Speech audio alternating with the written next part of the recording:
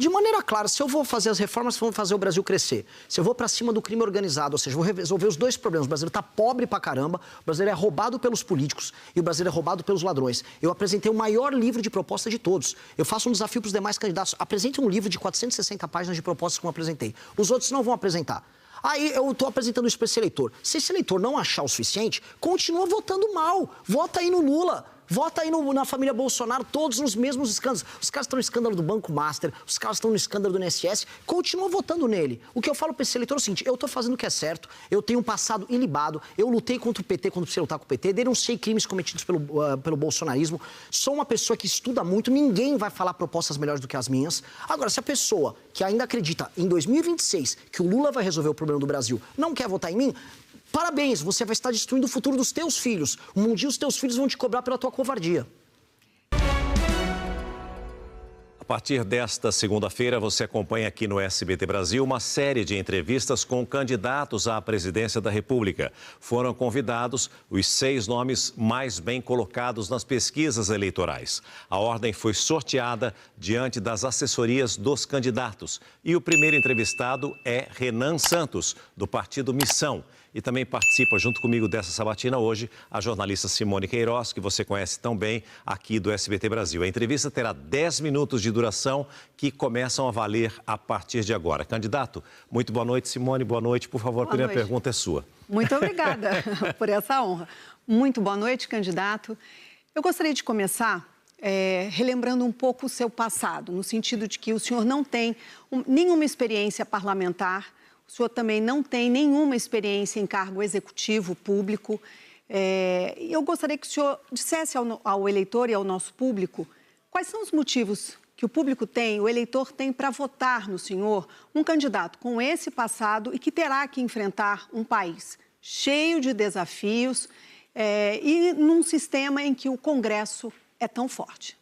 Olha, primeiro, muito obrigado pela oportunidade aqui. Vou tentar ser rápido nas respostas, mas o que eu vou falar para vocês, que bom que eu não tenho essa experiência parlamentar ou experiência executiva como a maior parte dos políticos brasileiros. Vocês terem me encontrado antes em Trancoso, participando de uma festa com o Daniel Vorcaro. Existem políticos bons? Sim, cada vez mais raridade. E os seus problemas aqui no Brasil não se resolvem. Minha experiência política surgiu primeiro nas ruas, organizei as maiores manifestações do Brasil contra a ex-presidente Dilma Rousseff, me tornei o mais jovem presidente de um partido político, dando a oportunidade a milhares de jovens poderem participar da política sem participar do jogo sujo. Defendo ideias importantíssimas, coordenei passar projetos que mudaram a história do Brasil. Um exemplo, o relator do licenciamento ambiental, Kim Kataguiri, é deputado pelo nosso partido, trabalhamos juntos para construir isso. Então, no que importa, eu tenho experiência. Agora, não tenho experiência em roubar, em ser covarde, em ser mentiroso. E essa experiência que os nossos políticos têm de monte, que fez com que o Brasil esteja no buraco que ele esteja hoje. Candidato, o senhor fala muito bem, o senhor é muito jovem e tem um público muito jovem que sempre acompanha o senhor através das redes sociais e da internet. Como convencer um público que não está habituado com a internet, um público com 40, 50, 60, 70 mais, a votar no senhor? Eu vou falar a verdade para as pessoas, não importa a idade. Às vezes algumas pessoas podem se incomodar, mas a verdade, ela precisa ser dita. Me falaram outro dia, Renan, você não pode falar que você vai matar os bandidos como daquele caso, daquele bandido que matou aquele menino. Mas se o eleitor não gostar, não estou aqui para ser fofo. Eu estou aqui para falar a verdade e resolver o problema. Então, por vezes, eu me sinto até mal de falar as coisas do jeito que eu falo, imaginando que eu posso perder o voto. Agora, eu não ligo. Se a pessoa não quer votar em mim, paciência. Tem um monte de político com muita experiência, com participação em escândalos, tem à disposição para votar neles. Agora, vocês querem alguém que vai passar fogo em bandido vagabundo e cortar privilégio? Sou eu. E a minha linguagem sai de internet ou não? Não importa muito. No fim do dia, é linguagem, no fim do dia, é a verdade que precisa ser dita e eu estou aqui para ser questionado pelo que eu digo também. Já que o senhor tocou nesse tema da segurança pública, vamos continuar nele mais um pouco. Quando a gente lê o seu plano de governo, a gente vê, por exemplo, slogans como prendeu, matou, guerra contra o crime. E dentro dessa guerra contra o crime, o senhor prevê, por exemplo, defende a intervenção federal em estados com controle territorial de facções. E através, por exemplo, com o uso de das Forças Armadas, via GLO, né, garantia da lei e da ordem. Então, seguindo nesse raciocínio, 2 perguntas. São Paulo, na sua opinião, precisa de uma intervenção de GLO, considerando toda a infiltração que o PCC já tem em várias instituições paulistas? E a outra, O senhor defende, por exemplo, que no Rio de Janeiro, a cidade do Rio de Janeiro seja separada do estado de Janeiro, ou seja, renascendo um pouco o estado da Guanabara. Fiquei muito curiosa com esse respeito, porque eu nasci no estado da Guanabara, ainda era estado da Guanabara na época. São Paulo e Rio de Janeiro, o que o senhor tem a dizer sobre isso? Primeira coisa, vou fazer intervenção em praticamente todos os estados da federação. A intervenção não significa que eu vou afastar o governador. Isso eu vou fazer no Rio de Janeiro e já vou dar o recado também para os governadores da Bahia e o governador lá do Ceará. Vocês dois, se vocês não cooperarem na guerra contra o crime, eu vou fazer uma intervenção também no estado de vocês, porque são dois estados que estão tomados pelo crime. O Rio de Janeiro está tão tomado que a ALERJ, a Assembleia Legislativa do Rio, foi basicamente controlada por gente ligada ao Comando Vermelho. Então você vai precisar de uma atuação muito enfática. Aqui em São Paulo, vamos fazer uma intervenção no Porto de Santos, que é onde o PCC faz a atuação dele para exportar droga. Lá no Mato Grosso do Sul, vamos atuar na fronteira. Se os governadores cooperarem, vamos adorar, vamos trabalhar junto. Se não cooperar, eu vou ter que fazer a intervenção. O que é cooperar? Cooperar, por exemplo, eu vou fazer uma operação em conjunto com o governo estadual, junto com as polícias locais, colocando a Polícia Federal e a inteligência do Estado para pegar e passar a rapa nos bandidos. Se acontecer igual acontece no Ceará, do senhor Eumano, que o governador finge que não está acontecendo, finge que Fortaleza não foi tomada pelo crime organizado, que Santa Quitéria não está tomando, nós vamos ter que agir. Porque a Constituição me manda. Eu, presidente da República, não posso permitir que território brasileiro fique na mão de faccionado. É uma guerra. É igual a guerra. Assim, numa guerra, está acontecendo guerra na Ucrânia agora. A Rússia invadiu o território da Ucrânia. No Brasil, a mesma coisa, só que troca o nome Rússia por Comando Vermelho ou PCC. E aí o Estado brasileiro não vai atuar? É obrigação. Eu vou prevaricar. Prevaricar, para quem está assistindo, prevaricar é a pessoa que tem uma posição pública não agir quando ela tem que agir. Eu tenho que atuar. Eu tenho que ir para cima desses caras. Esses caras estão tornando a nossa vida um inferno.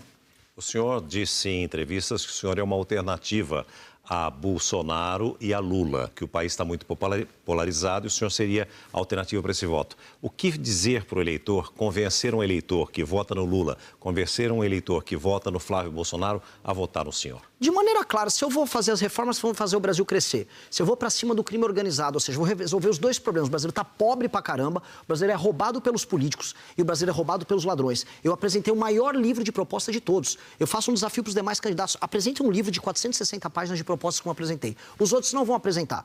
Aí eu estou apresentando isso para esse eleitor. Se esse eleitor não achar o suficiente, continua votando mal. Vota aí no Lula. Vota aí na família Bolsonaro, todos nos mesmos escândalos. Os caras estão no escândalo do Banco Master, os caras estão no escândalo do INSS, continuam votando nele. O que eu falo para esse eleitor é o seguinte, eu estou fazendo o que é certo, eu tenho um passado ilibado, eu lutei contra o PT quando precisei lutar com o PT, denunciei crimes cometidos pelo bolsonarismo, sou uma pessoa que estuda muito, ninguém vai falar propostas melhores do que as minhas. Agora, se a pessoa que ainda acredita em 2026 que o Lula vai resolver o problema do Brasil não quer votar em mim, parabéns, você vai estar destruindo o futuro dos teus filhos. Um dia os teus filhos vão te cobrar pela tua covardia.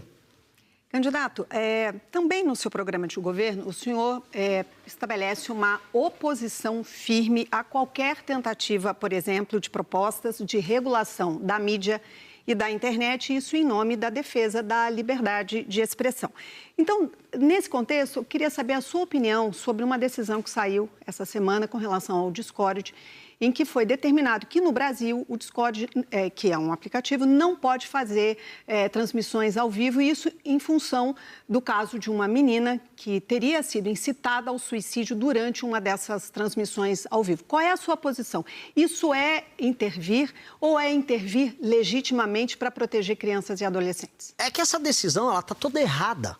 Eu chamo ela de decijanja, porque quem tomou a decisão foi a Janja, que nem cargo público tem. Ela é esposa do Lula, conheceu o Lula lá no presídio e agora quer decidir as coisas sobre rede social. Para vocês entenderem, essa moça fez um negócio muito triste numa rede chamada Instagram. Foi no Instagram que isso aconteceu. A transmissão aconteceu no Instagram. A Janja não quis derrubar o Instagram. Ela inventou o que aconteceu nessa outra rede chamada Discord. Tanto foi no Discord que o Discord já acatou a decisão. Lógico que ele acatou, ele está sob pressão. Mas o suicídio aconteceu numa rede chamada Instagram, que é de um grupo chamado Meta. A Janja inventou uma notícia falsa, e aí depois dessa notícia falsa, foram pra cima do Discord. E não é que eu tô aqui pra defender o Discord, eu tô aqui pra ser justo. Se ela acertou no que ela falou, ela não tem cargo político pra isso. Mas como defender as crianças e os adolescentes que ficam expostos a esse tipo de conteúdo? Eu sou a favor da aplicação da lei mais dura possível, e o ECA garante isso, e fiscalização pra todo tipo de abuso que acontece com crianças na internet. Então tem que ter intervenção. Não na imprensa. Agora, você tem que garantir, por exemplo, que prostituição infantil, que todo tipo de pornografia infantil que acontece em redes sociais sejam coibidas. Isso é uma coisa. Outra coisa é ela escolher enfrentar uma rede social, que é esse Discord, que não tem nada a ver com o caso, e aí vem uma decisão motivada pela Janja falando para derrubar aquela rede social. Volto a falar, eu não sou advogado dessa rede social, só que muitas pessoas trabalham nessas redes sociais, muitas empresas se organizam ali. Aí elas estão pagando um preço por conta de uma Janja querendo fazer propaganda em ano eleitoral. Desde quando a Janja se preocupa com criança? Uma dica, foi morto um menino agora. Foi morto num assalto, num latrocínio por um bandido. A Janja vai querer aumentar a pena para esse bandido? Ela não está preocupada. Ela não liga para esse menino que morreu. A Janja liga, no fundo, para bandido. Assim como esse governo, que é um governo que defende bandido. Se eles ligassem, estavam se preocupando com isso. O lance, das vezes, é que ela quer parecer que entende do assunto. Entende nada. A Janja tinha que ficar quieta lá e não encher o saco. Candidato, eu conversei com alguns economistas e todos são categóricos em dizer que, independentemente de quem vença as eleições, a partir de 2027, o Brasil vai viver uma recessão muito grande em virtude das dívidas contraídas pelo atual governo. Mesmo assim, ainda é um desafio? E por que esse desejo de querer assumir, sabendo que nós vamos ter um prejuízo tão grande economicamente falando? Porque, eu vou resolver, e dois, quanto mais difícil, mais eu fico interessado. Você só vai entrar para a história se você for um cara capaz de resolver grandes problemas. O país que eu nasci, o país que eu vivo, está destruído por esses caras. Está tomado pelo crime, a nossa economia está devastada. Hoje, as Casas Bahia pediram recuperação judicial, uma empresa tão tradicional. Muitas empresas estão fechando ao redor do Brasil, pequenos empreendedores estão fechando por culpa de um governo irresponsável, com uma política fiscal irresponsável de anos. O desafio é, eu vou ter que chegar lá em Brasília, eu vou pegar tudo quebrado, eu vou ter que fazer as maiores reformas da história do Brasil. Uma parte da população vai falar, mas tá errado fazer isso, porque foi levado a crer por causa do Lula e das mentiras dele, de que não, basta você chegar lá, dar um vale-gás, dar uma energia elétrica de graça que as coisas vão andar. E não vão andar. Enquanto isso, nós estamos, volta a colocar, com as nossas empresas quebrando, a nossa economia não está andando. Eu quero entrar para assumir a bucha mesmo. Eu quero pegar, quanto mais difícil, me manda, que eu quero fazer as maiores reformas da história, para um dia as pessoas lembrarem que Renan Santos, do Partido Missão, foi o maior presidente que esse país já teve. Dá tempo da gente fazer uma última pergunta? Queria saber como é que o senhor vai lidar com a postura do governo americano, o governo Donald Trump, com relação não só à nossa economia, como também em relação à segurança pública. Essa semana, o governo...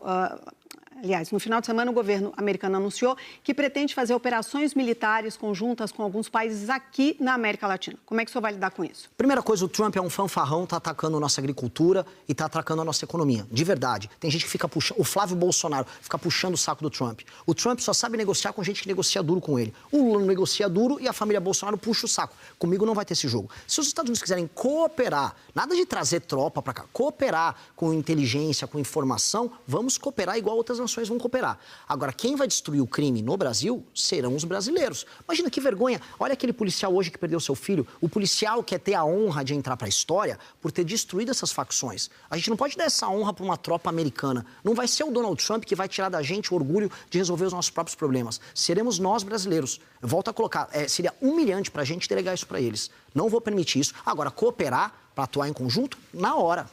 Candidato, muitíssimo obrigado pela sua participação conosco. Muito Boa obrigado. sorte, dia 3 de outubro, viu?